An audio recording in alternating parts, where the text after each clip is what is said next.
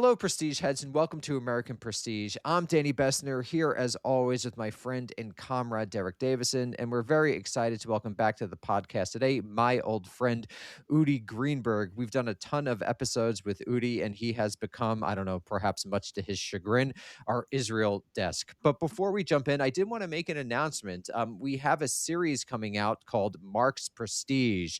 It is a six-part series that I did with the historian Andrew Hartman that examines Marx's role in shaping and reshaping American thought, American politics, and American culture. That series is available for free to all annual subscribers at whatever level. And for everyone else, if you'd like to see it, it is only $5. So please check out the link in the show notes if you're interested in Mark's Prestige. We will be releasing one episode a week, and we really do think you'll enjoy it. All right, Udi, back to the topic at hand, and that is Israel, broadly speaking, and particularly Israel and the war in Iran, of course. So I think the first question, and this has, I think, been getting some play in the United States, which is what does the ordinary Israeli citizen think about this war, and why do they think what they think? A broad question. Feel free to take it in any direction you would like. Well, thanks for having me, first of all. So, broadly speaking, like any military operation in the history of Israel over the last few decades, at least the recent attacks on Iran have been met with overwhelming support. Talking, depending on the poll you check, talking about 80 to 90% support of the war. That has been more or less in line with every single major military operation that the Israeli government has taken, at least in the last 30 years, whether in Lebanon, in Gaza, and most recently in Iran. The only exception is a tiny minority of Jewish liberals, and overwhelmingly the Palestinian minority in Israel that overwhelmingly opposes the war. So the first moments of the war were greeted with euphoria, especially the killing of Khamenei, the leader of Iran. Many supermarkets gave free candies and so on.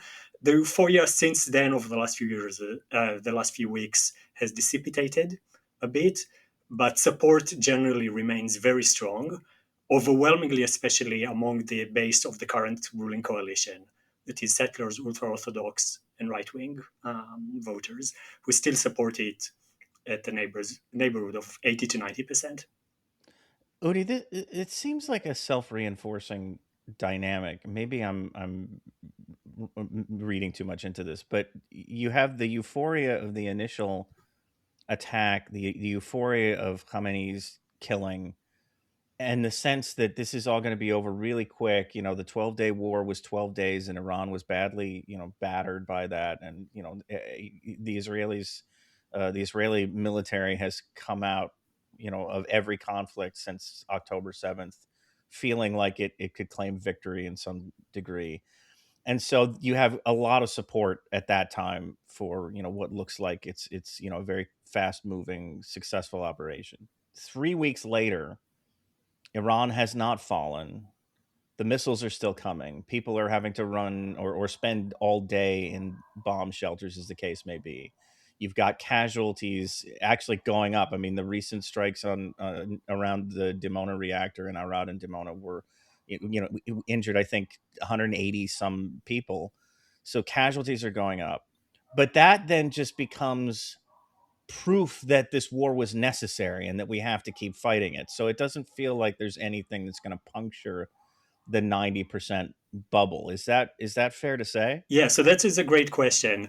The numbers that have changed since the beginning of the war has not been the level of support for it, but what the Israeli public believes would be achieved through the war. When the war started, there was overwhelming sentiment that these attacks will lead to the collapse of the Islamic Republic and the fall of the regime, which was one of the reasons for the euphoric reception it faced. In the 3 weeks that have passed, these numbers have declined somewhat. Most people in polls said that they no longer expect the regime to fall, but they expect the military capacity of Iran to threaten Israel to be deeply damaged, at least for a few years. there is a dissonance here between the previous war almost a year ago and the prediction back then that the military capacity and the nuclear capacity of Iran will be obliterated. That clearly has been proven to be not the case. How to settle that with the overwhelming sentiment that believes that this current round will permanently prohibit Iran from building a capacity again is, there is a cognitive dissonance here, certainly. So, what about this? This is going to be a broad question about Israeli culture, but Israel, to me, from a faraway observer, seems to have become increasingly a garrison state. And I'm curious, what is the psychology, and particularly what is the geopolitical plan? Because on one hand, it seems obvious that Israel is trying to achieve some form of regional hegemony, where they are the prime military power and presumably the prime economic power, and that this has involved the destabilization and contributions to the destabilization of the countries around them. Iraq really isn't a problem. Syria appears like it's going to be less of a problem. Netanyahu and Likud and the right wing, and increasingly the Israeli public at large, has gotten their war with Iran.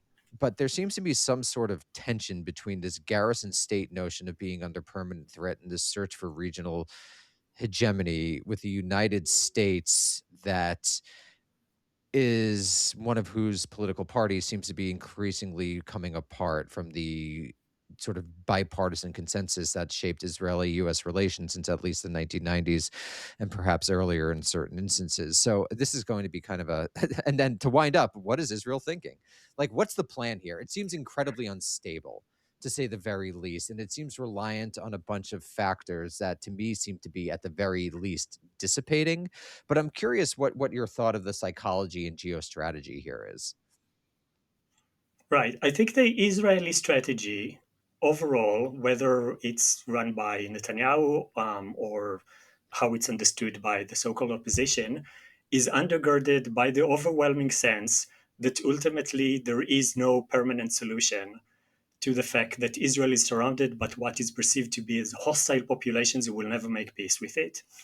The overwhelming assumption of Israeli policymakers and the Israeli public is that the Arab population or Iranian population surrounding Israel will never, ever accept it as a legitimate entity and will always seek its destruction. And therefore, the only possible mode of existence into the foreseeable future is through overwhelming military dominance. And that means actively destabilizing and weakening regimes around and always responding to threats with overwhelming force. That notion has been always the case for several decades now, the dominant perception in Israel. But over the last 2.5 years since the attacks in October from Gaza, that has become almost a consensus in Israel. And Netanyahu and the people around him are not particularly unique in this. This is a sentiment that is shared also by the majority of the opposition. And I think the election of Trump to the presidency reinforced the sense that ultimately power is on Israel's side, and it can count on overwhelming military support and diplomatic support from the United States. And therefore, this strategy seems to be a winning strategy.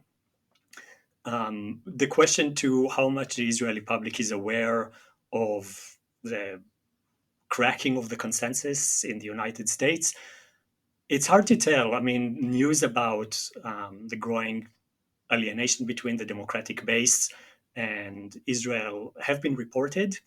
The statements by Gavin Newsom that called Israel a sort of apartheid state has been reported, but ultimately there is no current visible threat to the military and diplomatic support that the United States would give to Israel. It's hard to see even a democratic Senate blocking military support to Israel. The fact that the Biden administration 100% supported the Israeli war effort, um, I think reinforced the sense that Israel doesn't need to worry about domestic opposition to its actions from the United States. That is.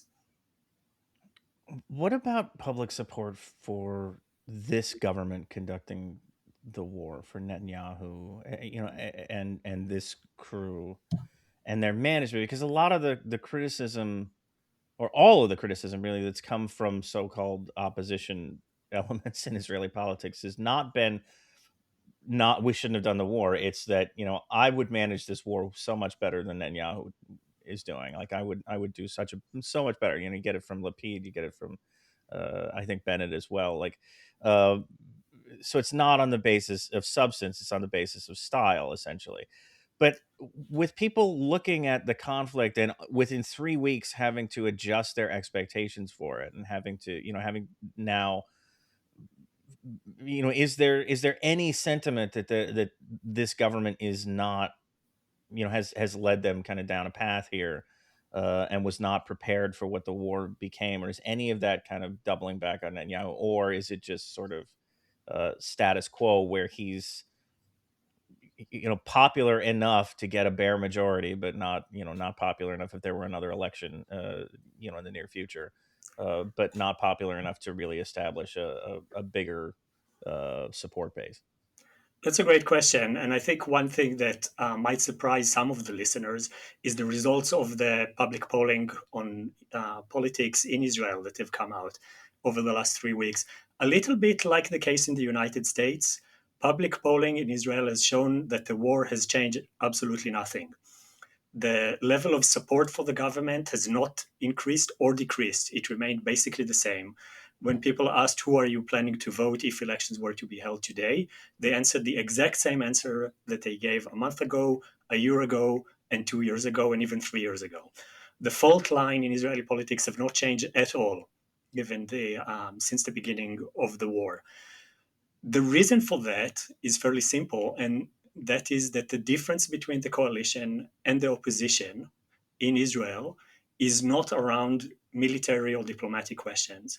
Ultimately, all agree on the general strategy, all agree on how to approach the Middle East, how to approach the Palestinian question, all support the continuing occupation of Palestinian territories, all agree that the way to engage in the Middle East is through war. The difference between those two camps, the ruling coalition and the opposition parties, has to do with different questions that have to do about domestic affairs, especially judicial power and judicial authority, about allocation of resources, and the question of the right or lack thereof of ultra-Orthodox to be exempt from military service. Those are the main fault lines that really define Israeli politics. And that means that the heads of the opposition have said nothing of real substance about this war, mainly because they generally agree with Netanyahu. Where they disagree is on other questions, on that positions, their electorate seems to be with them. Currently, the ruling coalition is not winning in any public poll. It is hovering roughly around 40 to 45% of the vote. The so-called opposition, the Jewish parties, hover close to 50% of the vote, with the remaining votes being of Israeli Palestinian parties, whom the current opposition parties say they will not cooperate and not build a coalition with. So we are more or less where we've been over the last decade when it comes to domestic politics. There is a sizable Jewish minority that opposes the government. Largely, most of its leaders rule out any cooperation that would reach a majority together with Palestinian parties, while the current coalition is also cannot seem to break above the 45% support that it has. So in the United States, just very quickly, Derek, in the United States, you still hear people talk about a two-state solution. It seems that I know Derek just laughed for those who can't see. It seems that that is just like on totally off the radar in Israeli politics at this point, that there is this acceptance that that is never going to happen. So the question is, how are you going to incorporate at this point Gaza and the West Bank? Genocide on one half and apartheid on the other seems to be the answer. But I just wanted to ask, is that basically no talk of Palestinian sovereignty in a quote unquote two-state solution? And it's basically the major question is the quality of incorporation of these two areas. Yes, the question is how you manage the occupation. The more extreme side of the members of the current coalition talk about large-scale expulsion, forceful expulsion of the Palestinian population, whether to Jordan or to Egypt. The so-called opposition talks about managing the occupation for the foreseeable future, but there is not any significant political force in Israel that talks about negotiations, engagement, or end of the occupation. That is simply not part of the Israeli discourse. Um, I believe that most who talk about two-state solutions in the United States are well aware of this fact, and they have their own reasons why they continue to talk in those terms. I think that it is anyone who reads a newspaper from the Middle East is well aware that this is not a political agenda of anyone that is a meaningful political force in Israel. Now, two-state solution in the U.S. has become a euphemism for "I don't want to talk about this. Can you please change the subject?" Like that's basically what it is. Liberals who don't want to talk about Israel. Um, since you brought it up, I am curious: has the war, and especially maybe in the last 3 weeks, changed the dynamic of the debate over ultra-Orthodox military service at all? Like that's been a fault line for a long time. Drafting these guys into the IDF, or whether they should be, continue to have exemptions, religious exemptions. I mean, we've talked about this before over the past, since October 7th, how much of an issue it's become. But has that gotten more sort of heated of late, or is it still, sort of in the background? I think it's mostly in the background. It's one of those topics that seems to be kind of a permanent presence in Israel politics. There was talk about the coalition passing formally a law that will exempt ultra-Orthodox from military service. Netanyahu and the Minister of the Treasury announced a week or two ago that they are postponing this vote. The ultra-Orthodox parties, in response, announced that they will vote to shorten the spring break of parliament to force a vote again in the spring. It seemed like all sides of this ruling coalition are kind of trying to figure out how to postpone the issue until after the elections that are formally scheduled for the fall, if they are to take place. But ultimately, there is no clear solution to this issue. It is constantly hovering, but it doesn't seem to be the make or break topic for most voters.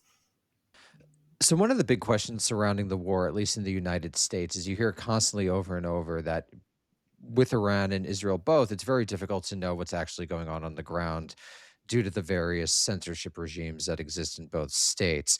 I'm just pretty ignorant about this. How does censorship actually function in Israel, and what is your sense about how the war is actually affecting Israelis? Derek talked about, spending time in bomb shelters. The strategy is clearly to space out these weapons, these missile attacks. But how does censorship work, and how is it actually going on in the ground? And it seems like I have a larger question about the quote unquote will for this to go on, but my sense is Israelis are willing to accept however long this will take.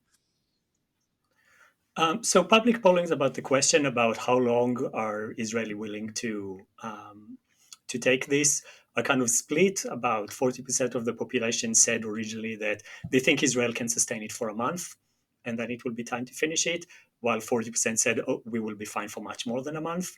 Whether those numbers will change in the next few weeks is remain to be seen. But the I would say that a sizable majority believes that Israel can and should sustain prolonged military action in Iran. The same goes for Lebanon, where support for the Israeli invasion and prolonged military invasion in Lebanon is even higher than it is when it comes to Iran. The question about what Israelis know and don't know, and when it comes to censorship, so there is technically military censorship in the sense that any information should go by the media, should go through military censor, just to rule out sensitive materials.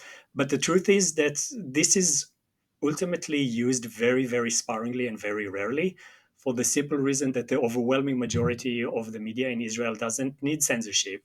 It reports what it assumes the public wants to hear. It is a business like everywhere else. And it assumes that people want to hear what the military information provides, which means that the overwhelming information that the Israeli public hear through the Israeli media is provided by the military. The people who sit on panels, who report in newspapers, in websites, is usually the overwhelming majority comes from the military spokespeople themselves. Um, all the foreign media that reports different kind of information about the war is available to Israelis. The majority can speak English and can read English enough. If people want, they can read Al Jazeera. It's not censored in Israel, but people don't do it in the same way that the American public usually is not particularly interested in coverage of foreign media. And the local media knows what the local audience wants to hear and read about, which is about the great success of the war, the great success of the military operations, and so on. Of all the institutions, public institutions in Israel, the IDF is by far the most popular. When people are asked, who do you trust the most? The ruling coalition is usually doesn't poll very well, but the IDF is still polling in the positive of 70%.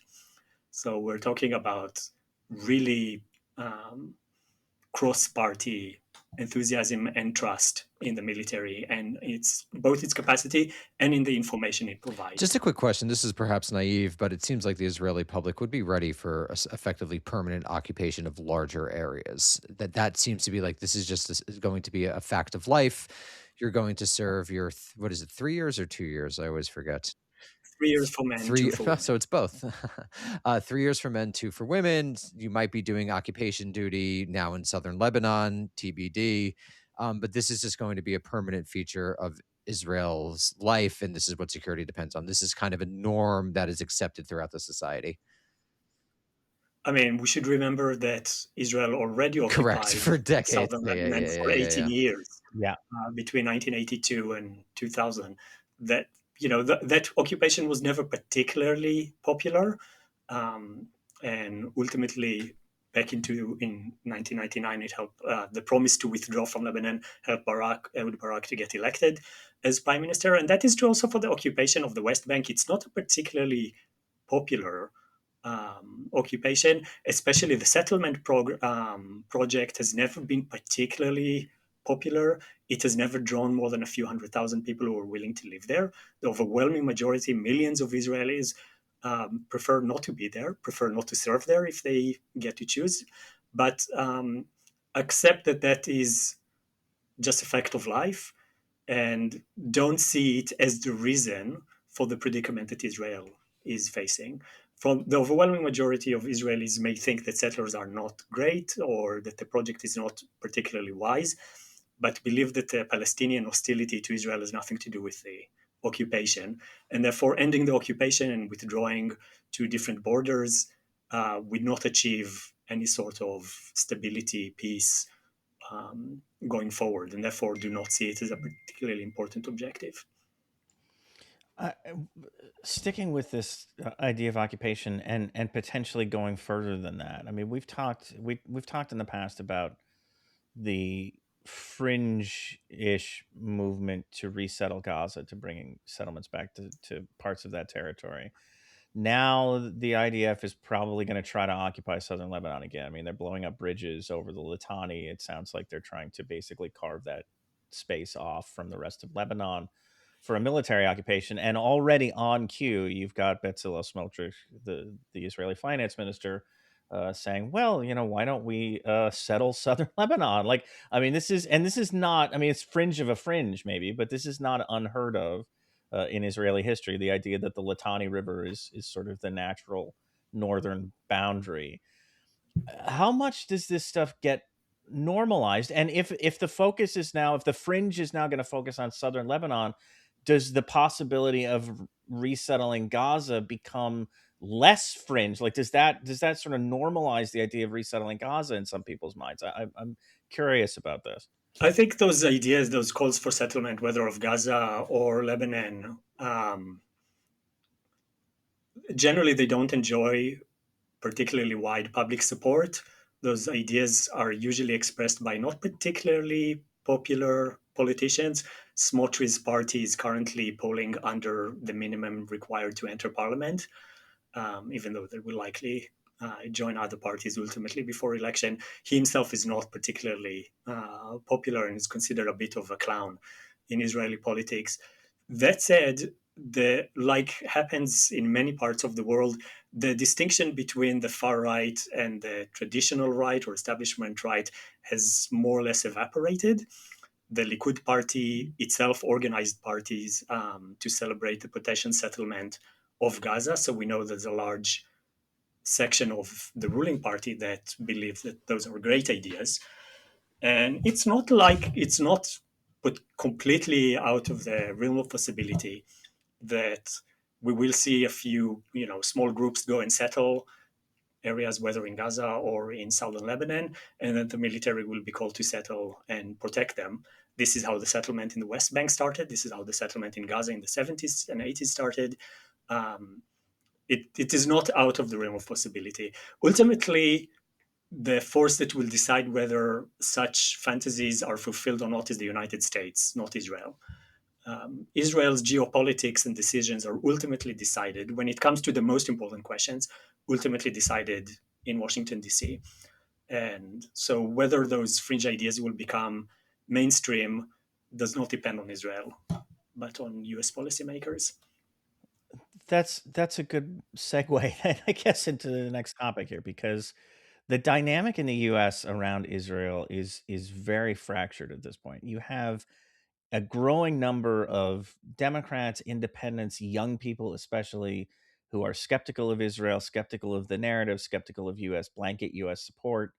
But the established politics, and certainly this administration, but also establishment Democrats, are holding on to, Israel right or wrong, basically, that approach to things. And it's become particularly salient in discussions about this war because it's so clear, and it became clear very quickly after, February 28th, when this kicked off, that the US and Israel were playing by different agendas in terms of what they wanted out of Iran.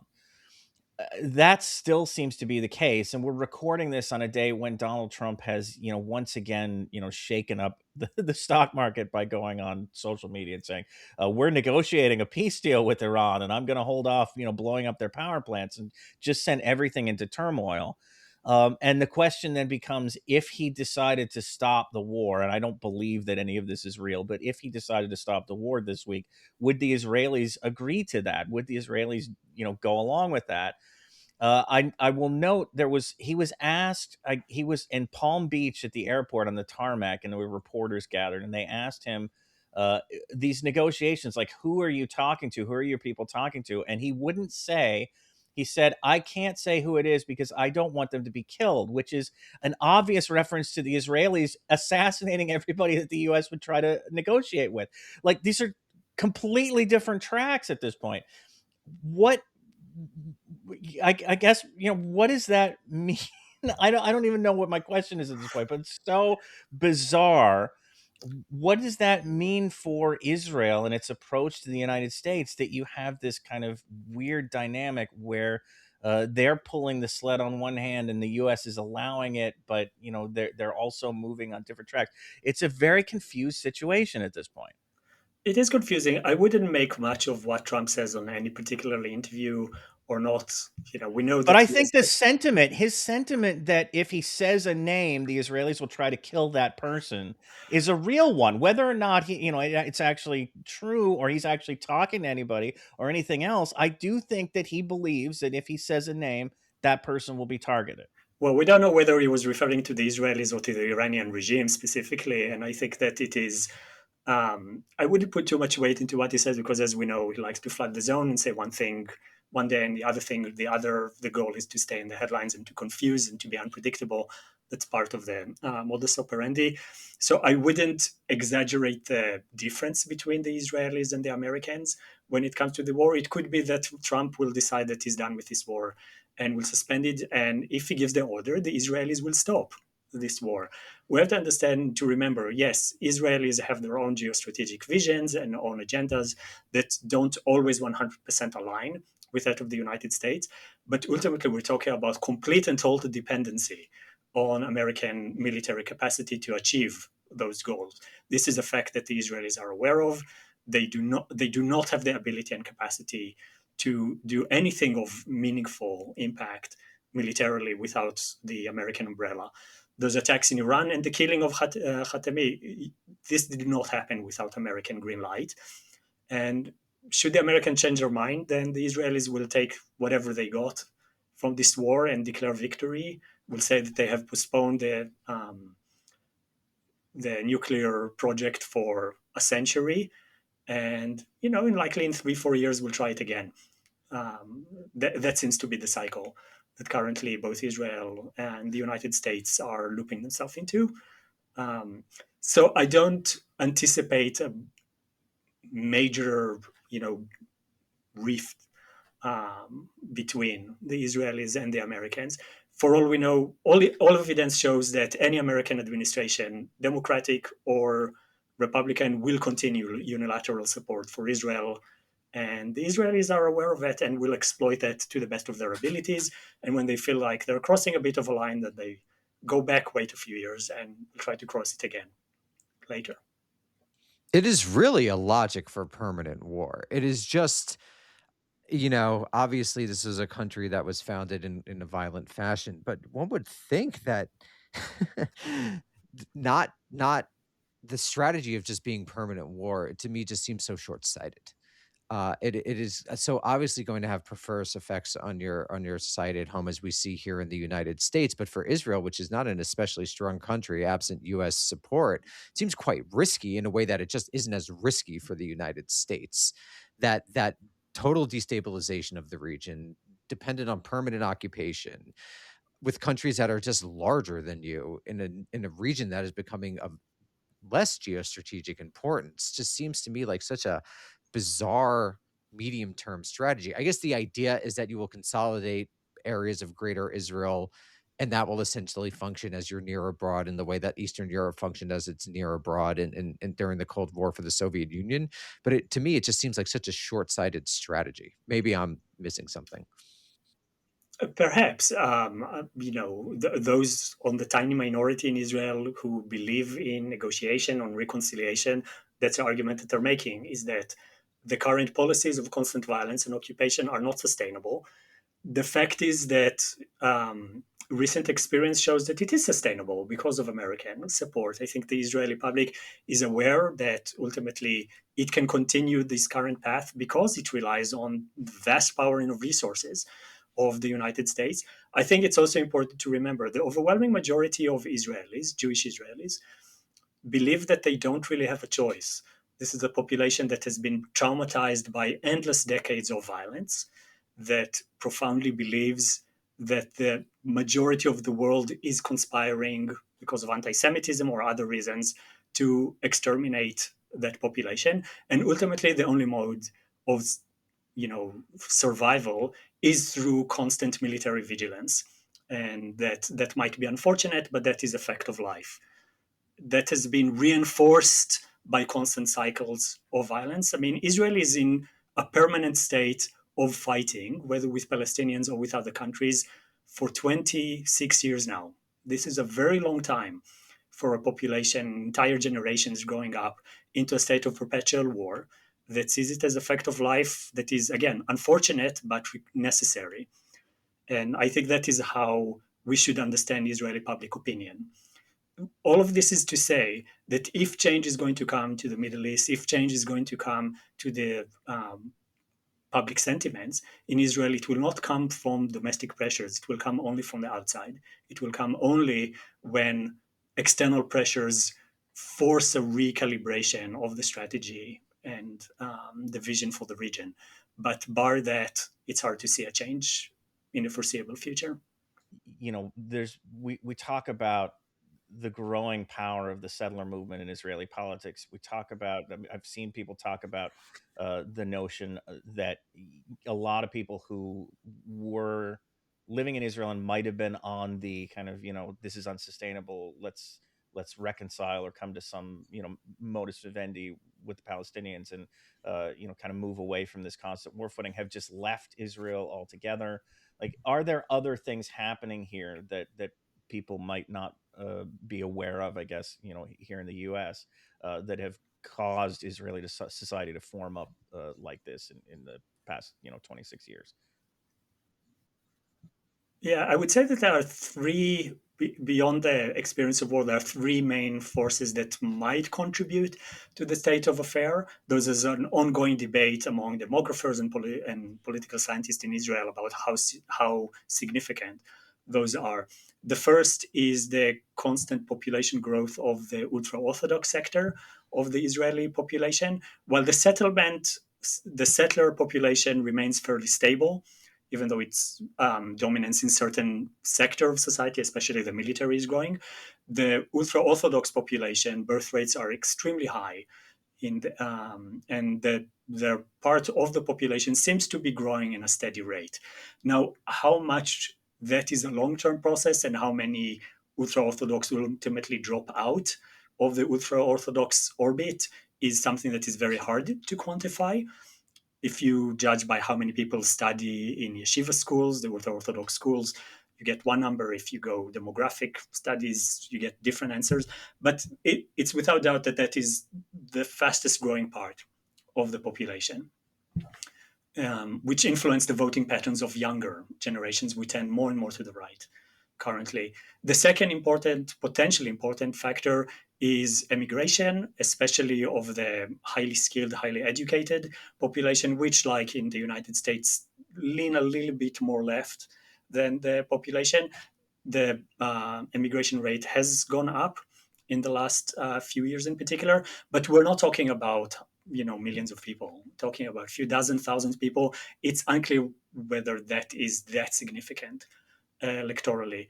What could be the more electorally significant force that has received less attention is the collapsing voting rates among Israeli Palestinian, that is, Palestinians who are Israeli citizens.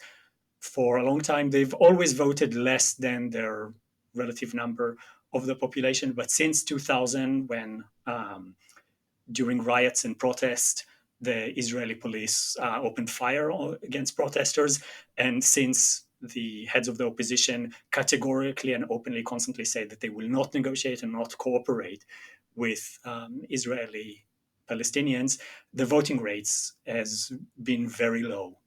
That has also something to do with infightings between Palestinian parties, but it means that population that is roughly 20% of the population is represented by roughly 10% in parliament, of delegates in parliament. So a considerable underrepresentation. 10% in parliament who are given no power. I mean, like, explicitly, who say they are going to be shut out of any ability to participate in governance. Yeah. And quite routinely are voted by parliament to be prevented from running for parliament. That is, the so-called opposition parties constantly vote to bar them from running, and the Supreme Court has been constantly overturning those votes. So, so it's a symbolic participation in the democratic process. So those have contributed to the current political electoral realities in Israel. But overwhelmingly, the sentiment that we have seen over the last 3 decades of shift from roughly the Jewish population divided into two camps, one that supports some sort of, moderate engagement with with Arab leaderships and Palestinian leadership, and those who categorically oppose it. That has shifted since 2000, since the beginning of the Second Intifada, to overwhelming majorities who oppose negotiations and engagements, and those numbers have not shifted in any meaningful way over the last 26 years. So ultimately, it is the experience of constant conflict and the belief that this conflict is inevitable that have been the main reason for the shifting public opinions in Israel. Let's end on this question, and it's kind of a big one. So, the relationship, of course, between American Jews and Israeli Jews has been crucial to the U.S. government support for Israel.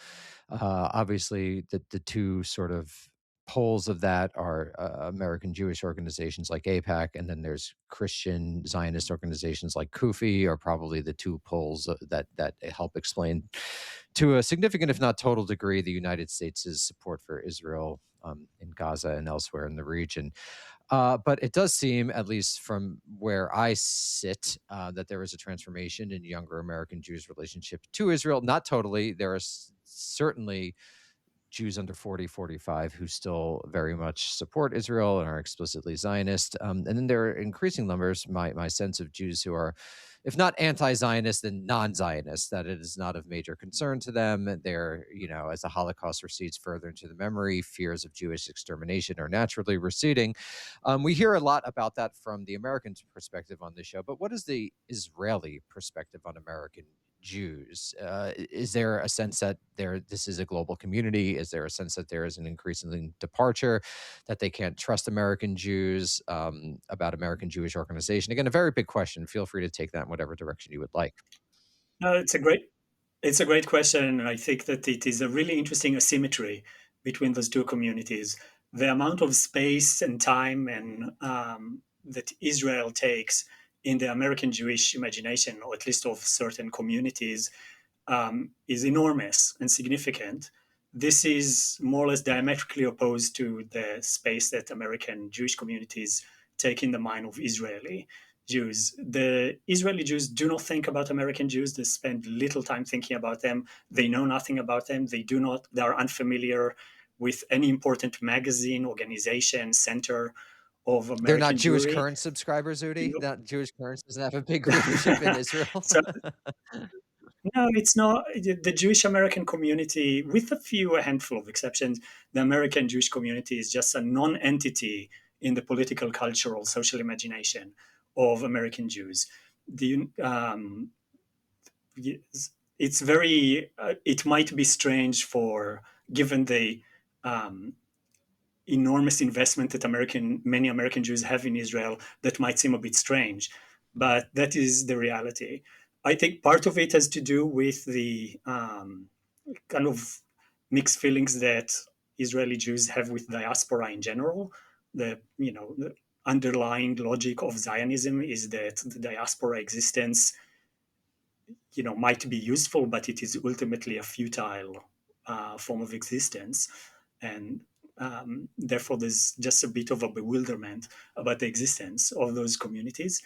But ultimately, when Israeli Jews travel abroad or when they relocate for periods of time, then they might attach themselves to local Jewish communities and so on. But ultimately, there's very little interest in the thoughts and the internal debates and um, conflicts of American Jewish communities. So that is not something that is widely discussed or reported on in the What Israeli about the media. sense of the importance of American Jewish organizations to lobbying in favor of pro-Israeli U.S. politics? Is that just primarily a concern of the elite, or is this generally in the penumbra of, does the U.S. government support us or not? There's not explicitly action to that, because my sense is that it was different in previous moments in history in the 50s, 60s, and 70s. There was more of a connection there, but I also could be wrong. That might be more folk history than not. Right. I mean, the Israeli government and the Israeli establishment spend a great deal of time trying to build ties to the American diaspora, or especially to American organizations. That is something that, like the Taglit program that brings young American Jews to visit Israel. That's something that the Israeli government funds together with other organizations. So that is something that is strategically important to Americans. The American public opinion matters to the Israeli government. It invested a fair deal of time and effort, for example, in promoting pro-Israeli ideas and stance in American campuses, which were considered a hotbed of anti-Israeli propaganda by the American government. That has remained the case. So strategically, the Israeli government sees investment in American public opinion, including Jewish one, as very important, absolutely. But that is not a widely shared concern for the Israeli public, which is largely remains uninterested in American society as such, is interested in the continued military support and financial support of the American government, which is currently not in question. All right. Well, Udi, as always, thank you so much for joining us. We love having you on the show, and we look forward to having you back again soon. Bye, man. Thank you for having me.